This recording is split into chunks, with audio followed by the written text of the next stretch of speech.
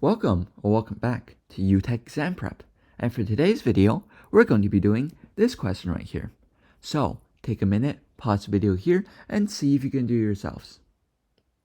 Okay, so let's just go over the most important points of the question that you need to remember.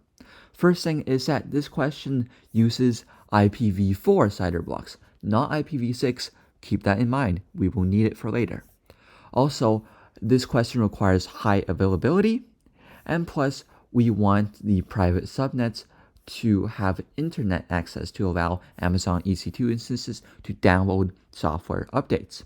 So now knowing those three pieces of information, let's go through our options. Option A creates 3 NAT gateways, one for each public subnet in each availability zone, creates a private route table for each availability zone that forwards non-VPC traffic to the NAT gateway in its availability zone.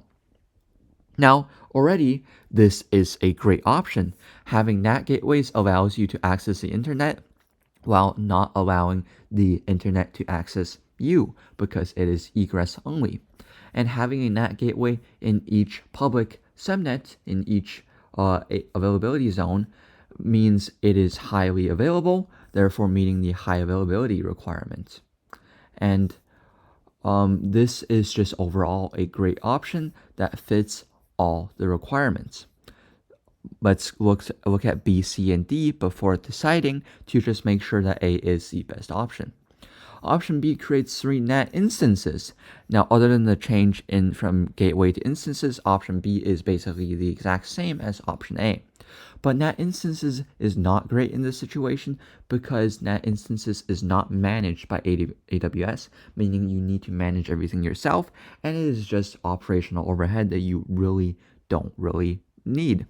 So A is just overall a better option than B. Option C creates a second internet gateway. Now, the internet gateway is not really that great in this context because it is not egress only, which not only provides extra operational overhead for you, it is just not as secure. So C is once again not as good. Option D creates an egress-only internet gateway. Now, some of you might be looking at this and being like, yeah, that's basically the same as a NAT gateway, egress-only internet gateway.